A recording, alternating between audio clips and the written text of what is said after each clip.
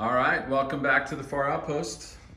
Going to do a quick review here, just a couple minutes on some Rep Fitness 5 to 100 pound rubber hex dumbbells that we just got a set of. So you can see a couple things. Just to start, there are 3 levels of dumbbells at Rep Fitness. There are this level right here, which is for home use, has a fully knurled handle. That is awesome. It's a pretty aggressive knurl. I'm really happy with it. The second level is going to be the rubber handled ones, which are more for the kind of garage gym warrior that works out in a cold climate. I'm not a big fan of those because if you're in a garage gym in a cold climate, your bar is cold, your bench is cold, your rack is cold, your iron plates are cold. I don't understand what having a rubber handle does for you. The sales pitch is that it keeps the handle warm in a cold climate. But there you go. And those are just a little bit more than these. The base set of these, for instance, would be 5 to 50 would be $650, and I think that's $680, so it's not that much. If you want to go almost double the price, you can get Rep's commercial circle-headed urethane dumbbells, which are obviously the most accurate, have the best materials being used. But we just didn't want to go.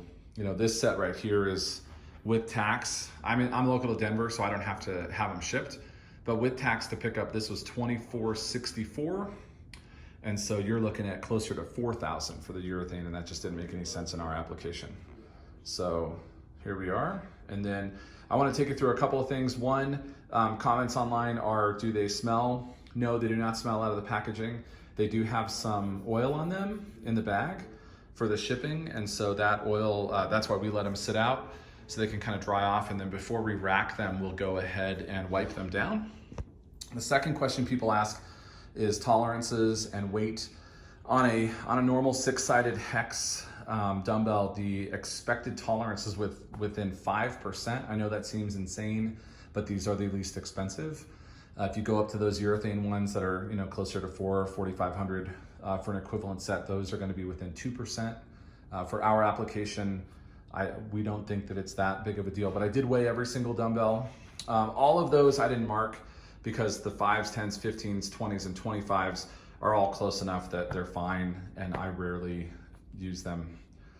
So those are just good. But once we get into the little bit bigger weights, the 30s came in at 30.1, the 35s came in at 35.2, the 40s came in at 40.4, and the 45s came in at 40.8.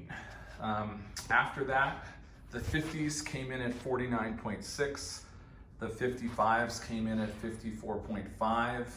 A couple others match, but really after this, things get a little inconsistent. So these are still both 59.1 for the 60s, both 65.1 for the 65s, both 70.1 for the 70s, both 76.2 for the 75s. These are all on the same scale that's leveled. And then after 75, so sorry, I spoke a little soon.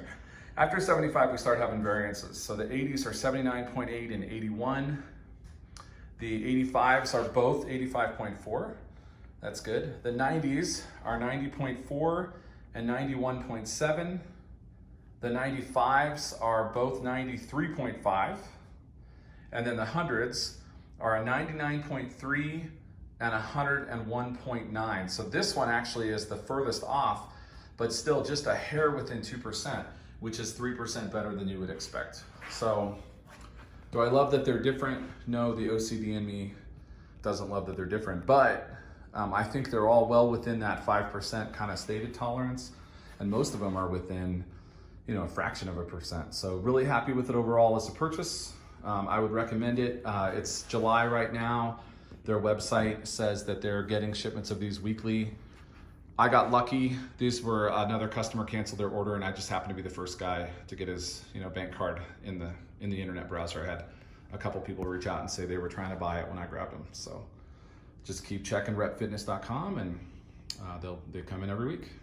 So have a great day, everyone.